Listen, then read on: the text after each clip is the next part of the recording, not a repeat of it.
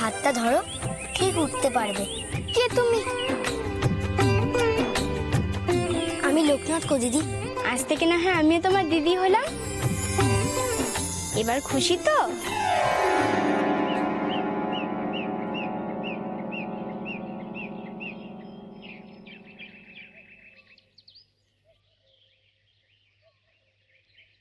ছোট কর্তামা আপনাকে একবার ডাকছে। হঠাৎ আমাকে তার এমন কি দরকার পড়লো, তাও এমন জরুরি ভিত্তিতে? না, যাই, দেখাটা একবার সেরেই আসি।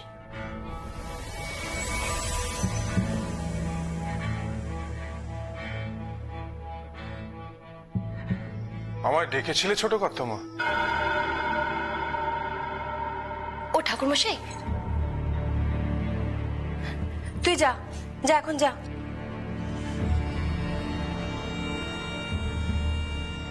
ঠাকুরমশাই আসুন আসুন।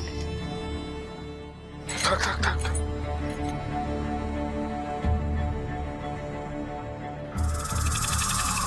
অসময় ডেকে আপনাকে হয়তো একটু বিরক্ত করলাম, তাই না? না না, আসলে পুজো দেরি হয়ে যাচ্ছে তাই।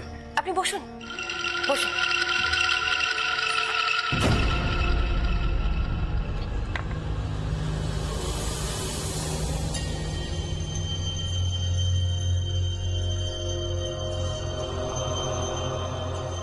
আজ কিন্তু আপনাকে এক জরুরি দরকারে ডেকেছি ঠাকুরমশাই।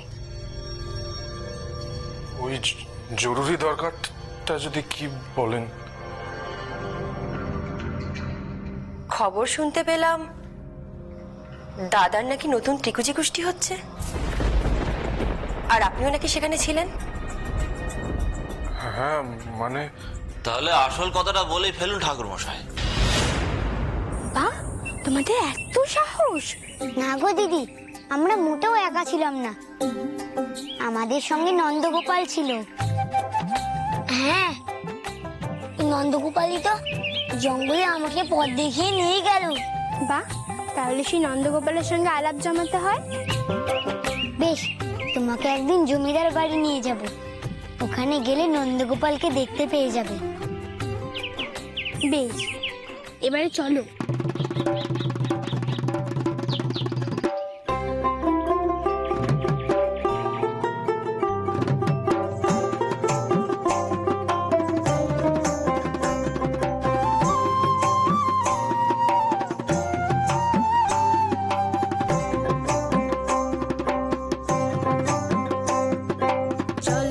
সব আল ধরে যাই তেঁতুল তলার মাঠ, চল না রে সব আল ধরে যাই তেঁতুল তলার মাঠ। বলিস না সেথাও ভূতের বাড়ি, ভূত বালাই ষাট, ভূত বালাই ষাট, ভূত বালাই ষাট। পুকুর জলে শালুক ফলে রুই কাতলার ডুব, পুকুর জলে শালুক ফলে রুই কাতলার ডুব। নদীর পাড়ে থামলে ডেঙা, পাখির খুশি খুব, পাখির খুশি খুব।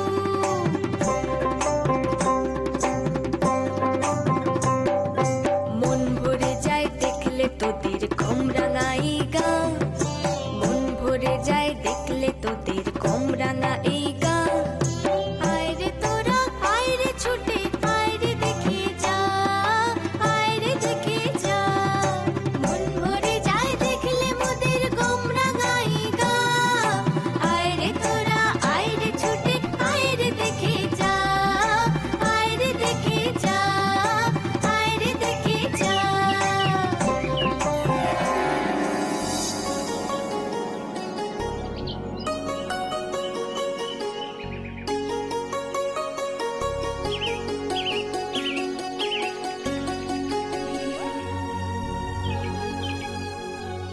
এই মেয়ে, কোন দিকে তাকিয়ে রাস্তায় হাঁটো? হ্যাঁ, এটা যে কোন পথে তাকিয়ে রাস্তা দিয়ে হাঁটে কে জানে।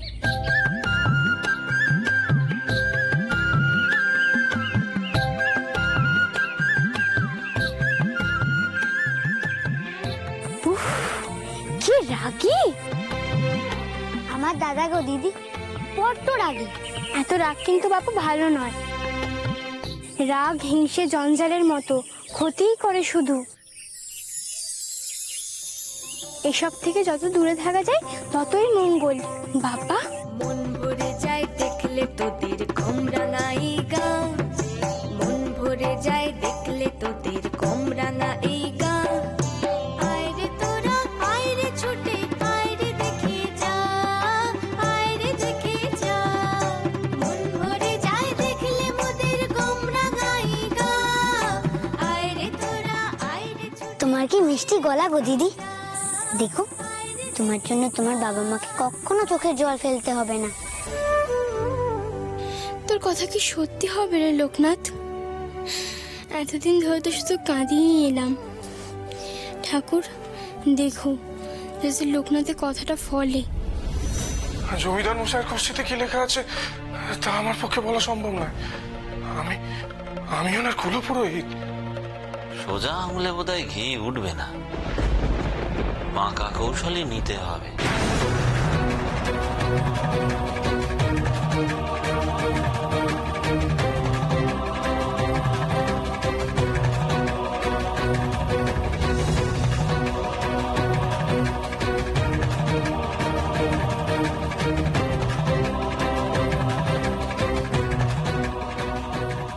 এই নিন চাবি, আর ওই যে ঘরের দেরাজ। আপনার যা দরকার আপনি নিয়ে নিতে পারেন।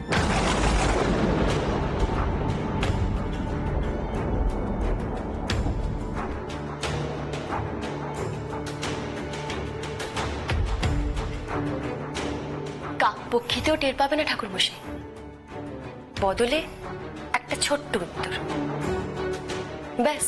আর কি? ক্ষমা করবেন, আমি পারবো না। আপনি বৃথা সময় নষ্ট করছেন, আমি পারবো না।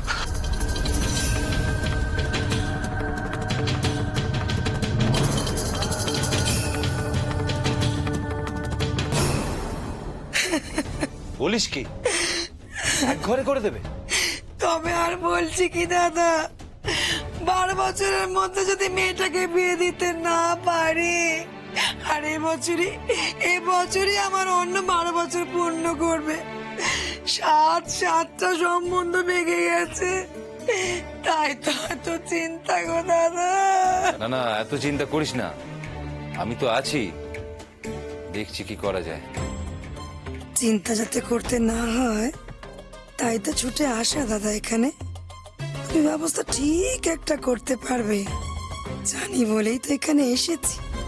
আমার একমাত্র ভাগ্নি, তার জীবনটা তো এভাবে ভাসিয়ে দিতে পারি না। তুমি তো আমার একমাত্র ভরসা দাদা, আমার আর কে আছে বলো? মেয়েটার জন্য রাত্রে আমার চোখে ঘুম আসে না, শুধু মনে হয় আমার মেয়েটার কি হবে দাদা।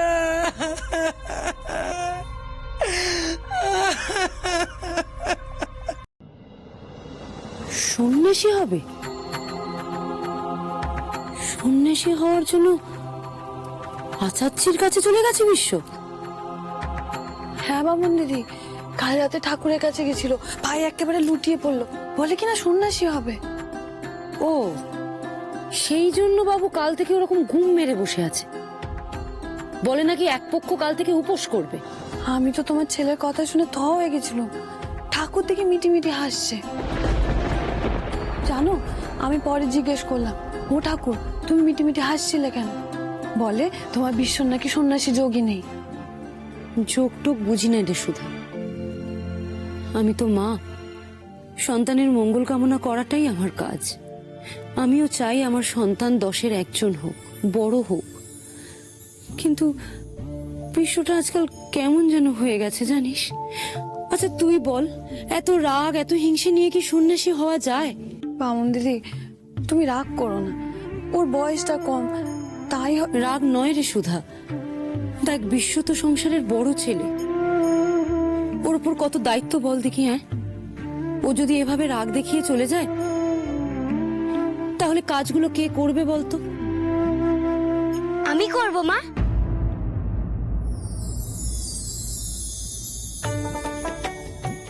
ওই দেখো আমাদের লোকনাথ এসে গেছে, তোমার তো আর কোনো চিন্তাই নেই গো বামুন দিদি। এলেন আমার নবাব পুত্র। উনি কাজ করে আমাকে উদ্ধার করে দেবেন। সে কোন সকালে ফুল আনতে পাঠিয়েছি, বাবুর এখন আসার সময় হলো। আমি কি আর ইচ্ছে করে দেরি করেছি নাকি গো মা? অন্নপূর্ণা দিদিকে সারা গা ঘুরিয়ে দেখাচ্ছিলাম আমি, তাই জন্যই দেরি হয়ে গেল। অন্নপূর্ণা? সে আবার কে রে? বেনির দিদি গো মা। বেনির দিদি তো লক্ষ্মী, অন্নপূর্ণা আবার কোথা থেকে উড়ে উড়ে এলো? উড়ে আসবে কেন? ঘাট থেকে উঠেই তো আমার সঙ্গে হেঁটে হেঁটে এলো। শোন, আমার বুদ্ধিমান ছেলের কথা শোন সুধা। ওরে বাবা, উড়ে আসবে মানে আমি বলতে চাইছি বেনির দিদি তো লক্ষ্মী, অন্নপূর্ণাটা আবার কি? ও তাই বলো। অন্নপূর্ণা দিদি হলো বেনির পিসিমার মেয়ে, আজ সকালে এসেছে। ও মা, বেনির পিসি মানে তো শোভাদির মেয়ে গো। কতদিন হয়ে গেল, এদিকে তো আসেনি। হ্যাঁ, তাও তো প্রায় বছর 6-7 হয়ে গেল রে সুধা। হ্যাঁ গো বামুন দিদি, মনে আছে শোভাদির তো বাচ্চা কাচ্চাই হচ্ছিল না, তারপর ঠাকুর কি সব শেকড় বাকড় দিল, তারপরে মেয়ে জন্মালো। কি ভাগ্যি মা ডাক শুনতে পেল। আমার পোড়া কপালে তো তাও জুটলো না। আমি আসি গো বামুন দিদি, মেলা সুধা, পড়ে সুধা শোন আমার কথা। মা, তুমি যে বললে তোমার মেলা কাজ পড়ে আছে, কই বলো কি করতে হবে? ওই যে এতগুলো কাঠ পড়ে আছে, কে কাটবে শুনি ওইগুলো? তুই পারবি? খুব পারবো, দাদরা যা পারে আমি পারবো না কেন? দেখো কেমন পারি আমি। লোকনাথ,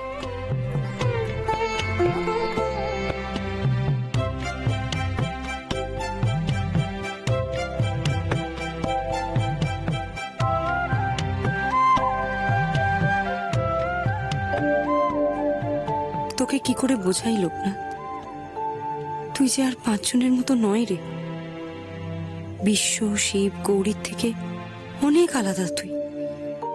তোর কুষ্ঠির যোগ যে আলাদা রে। যদি সত্যি তোর কুষ্ঠিতেই সন্ন্যাসের যোগ লেখা থাকে, তবে তোকে আটকাবো কিভাবে বল দেখি? তাহলে সারা রাত চিন্তা করে কি সিদ্ধান্ত নিলে? আমি সন্ন্যাসী হব আচার্যদেব। বেশ, তাহলে মনস্থির করেই ফেলেছ। আগে মনস্থির করেই এসেছি। কিন্তু তার আগেও যে একটা কাজ আছে বিশ্ব। কি কাজ আচার্যদেব? তোমার পিতা মাতার অনুমতি নিতে হবে। তুমি নিশ্চয়ই তা নাওনি, তাই না? না। এক কাজ করো বিশ্ব, তুমি এখন বাড়ি যাও, গিয়ে তোমার পিতা মাতার অনুমতি নাও, তারপর না হয় ফিরে এসো আমার কাছে। আগে আমি যদি মা বাবার অনুমতি নিতে পারি, তাহলে আপনি আমাকে সন্ন্যাসী হওয়ার পথে এগিয়ে দেবেন তো? আগে তুমি তাদের অনুমতি নিয়ে এসো, তারপর তোমায় তো পরীক্ষা দিতে হবে। আজ সারা রাত তোমাকে জঙ্গলে শিব মন্দিরে বসে ধ্যান করতে হবে। তারপর আরো কিছু কঠিন পরীক্ষা থাকবে, পারবে তো?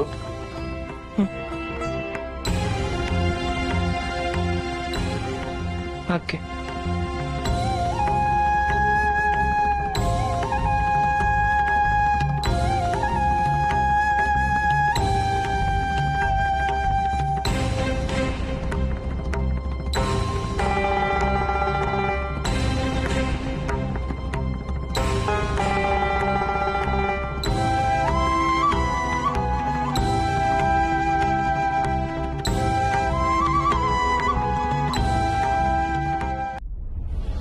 চল ঘোড়া চল, হাট হাট, চল ঘোড়া, চল ঘোড়া চল। যেমন বাবা মা, তার তেমন ছেলে।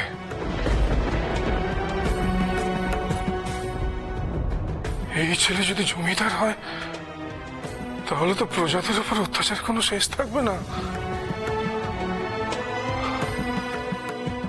এখন বেশ বুঝতে পারছি মাধবী তার দাদার গোষ্ঠী জানার জন্য কেন এত জোরাজোরি করছিল? জমিদার মশাইয়ের এত বড় সর্বনাশ কিছুতেই হতে দেব না আমি। কিন্তু ওনার কাছে এই চক্রান্তের কথা খুলে বলা যাবে না? না, শুধু শুধু ভাই বোনের সম্পর্ক নষ্ট করে লাভ নেই। কিন্তু আমি বা কি করি? মশাই, কি ব্যাপার? আপনি আপনি এভাবে দাঁড়িয়ে আছেন? শরীর ঠিক আছে তো? বড্ড বিচলিত লাগছে আপনাকে। কি হয়েছে বলুন আমাকে। না না না না রামশাই, ওই শরীরটা একটু ঠিক নেই। আসলে গরমে একটু কাইল হয়ে পড়েছে। সে কি, তাহলে ভর দুপুরে আপনি বাড়ি ফিরবেন কি করে? আচ্ছা, আমি একটা পালকির ব্যবস্থা করছি। হ্যাঁ, কে আছিস? রামশাই, তার কোনো প্রয়োজন নেই। আমি পুজোটা সেরে ঠিক ফিরে যাব। এসব অভ্যেস আছে আমার। মশাই, আপনাদের জন্য যদি আমি কিছু করতে পারি, নিজেকে বড় বড় ধন্য বলে মনে করি। সত্যি ঠাকুর মশাই, আমি আপনাদের কাছে বড় ঋণী। এসব কি বলছেন রামশাই? আপনি আমাদের মা বাপ, আপনার অন্যে আমরা প্রতিপালিত হই।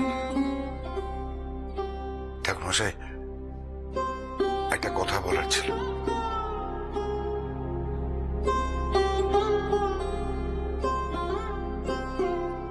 এটা রাখুন। আপনার মাসোয়ারা এই মাস থেকে আমি এটা দ্বিগুণ করে দিয়েছি। আপনি যা দেন তাতে আমাদের দিব্য চলে যায়। আর আপনি তো জানেন, দরকারের চেয়ে বেশি কখনোই আমরা প্রত্যাশা করি না। ঠাকুর মশাই বোধ হয় দাদাকে নিশ্চয়ই কিছু জানাননি। জানি, কিন্তু ঠাকুর মশাই, আমি আমার কর্তব্য করছি। আরো যদি কিছু লাগে আমাকে জানাতে ভুলবেন না। আপনি সাবধানে বাড়ি ফিরবেন।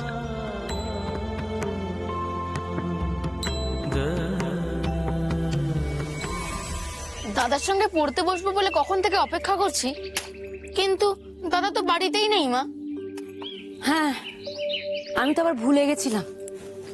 তোমার দাদা তো এখন আচার্য মশাইয়ের কাছে গেছে সন্ন্যাসী হওয়ার জন্য।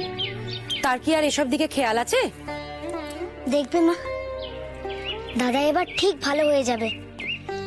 আচার্য ঠাকুর তাকে রাগ কমিয়ে তাকে শান্ত করে দেবেন। তাই যেন হয়। এই লোকনাথ, অনেক হয়েছে, এবার আয় তো, খেয়ে নে দেখি। আর একটু মা, আর কয়েকটা কাঠ কাটা হয়ে গেলেই। লোকনাথ, আয় তুই এবার খেয়ে নে। দে, এগুলো আমাকে দে। কি রে লোকনাথ, তোর হাতের কি অবস্থা করেছিস তুই? মা, একবার দেখে যাও আমার লোকনাথের হাতের কি অবস্থা।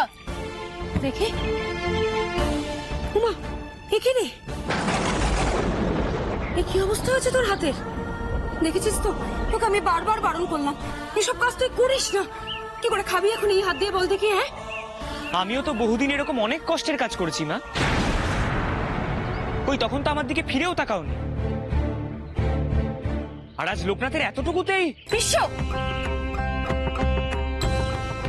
ছি ছি ছি ছি, এত নোংরা একটা মন নিয়ে তুই গেছিস সন্ন্যাসী হতে? লজ্জা করে না তোর? বেরো, বেরিয়ে যা। মা, মা, যাবই তো। হ্যাঁ, চলেই যাবো আমি। সন্ন্যাসী হয়ে যেদিকে দু চোখ যায় সেদিকে চলে যাব। যে বাড়িতে এভাবে এক চোখ আমি হয় সে বাড়িতে থাকতে আমার বিন্দু মাত্র ইচ্ছা করে না। বিশ্ব! দাদা দাঁড়াও, যেও না দাদা, দাঁড়াও। মায়ের কথায় রাগ করো না দাদা, দাঁড়াও। কিসের এত বাড়াবাড়ি তোর? হ্যাঁ, যে ছেলেটা তোর উপর এত হিংসা করে, এত রাগ করে, কেন ছুটছিস তার পিছন পিছন তুই? মা, আমার মতন দাদাও তোমার ছেলে, তোমার বড় ছেলে। দরকার নেই, এরকম বড় ছেলের আমার কোনো দরকার নেই।